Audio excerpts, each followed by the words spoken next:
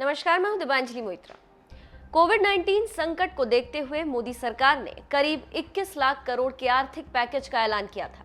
देश के सामने इस पैकेज का ब्यौरा वित्त मंत्री निर्मला सीतारमण रख चुकी है।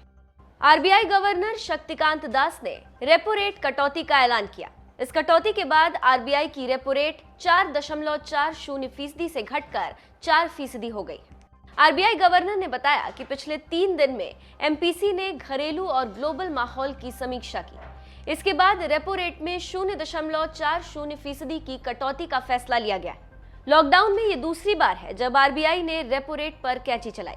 इससे पहले 27 मार्च को आरबीआई गवर्नर ने 0.75% कटौती का ऐलान किया था। इसके बाद बैंकों ने लोन पर ब्याज दर कम कर दिया था। आज की शक्तिकांत दास की बड़ी बातें क्या रही जो आपको फायदा पहुंचा सकती है? आरबीआई गवर्नर की बड़ी बातें। रिवर्स रेपो रेट में कोई बदलाव नहीं हुआ। लॉकडाउन से आर्थिक गतिविधियों में भारी गिरावट। 6 बड़े औद्योगिक राज्यों में ज्यादातर रेड जोन रहे। मार्च में कैपिटल गुड्स के उत्पादन में 36% की गिरावट। कंज्यूमर ड्यूरेबल के उत्पादन में 33% की गिरावट।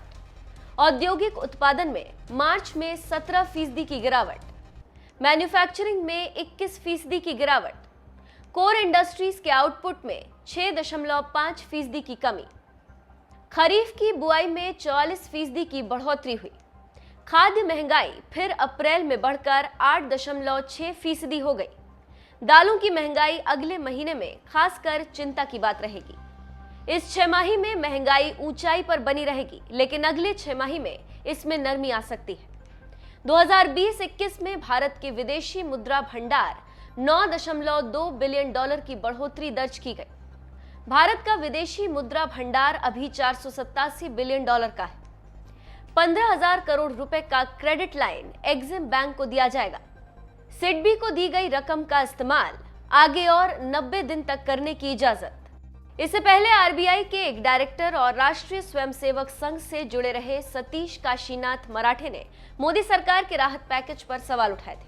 उन्होंने कहा था कि 3 महीने का मॉरेटोरियम काफी नहीं है और एनपीए में नरमी को राहत पैकेज का हिस्सा होना चाहिए था। तो आप समझ सकते हैं कि रिजर्व बैंक के गवर्नर का आज का ऐलान और राहत देने में कामयाब होगा। देखना होगा कि इसका फायदा कितने दिनों के अंदर लोगों तक पहुंचता है।